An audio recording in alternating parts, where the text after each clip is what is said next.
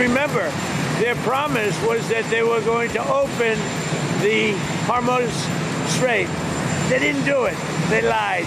But as you know, at 10 o'clock tomorrow, we have a blockade going into effect. That'll be 10 o'clock tomorrow. Other nations are working so that Iran will not be able to sell oil, and that will be very effective.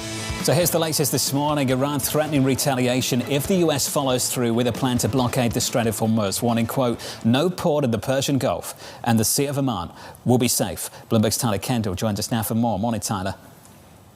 Hey, John. Good morning. Well, U.S. Central Command has confirmed that this blockade that will start at 10 a.m. Eastern will extend to all Iranian ports, though importantly says the U.S. military will not impede any vessels going to and from non-Iranian ports. So technically not a full blockade, though still one with big implications if enforced. We still have questions on exactly how this will be enforced, though President Trump has previously threatened that the U.S. could board and seize any ships that have paid tolls to Iran, that the U.S. is also going to start to work on clearing mines in the Strait of Hormuz. Amid the major buildup of military assets in the region, it may be worth mentioning that the U.S. currently has more than 20 warships that could be deployed for this operation, including some amphibious assault teams. Now, as you've already mentioned, we are hearing that Iran will likely retaliate if the U.S. starts with this blockade at 10 a.m. Eastern. For example, we got a statement overnight from the IRGC saying that any military vessel that enters the Strait of Hormuz will be viewed as a violation of the ceasefire. Now, from President Trump's point of view, he's doing this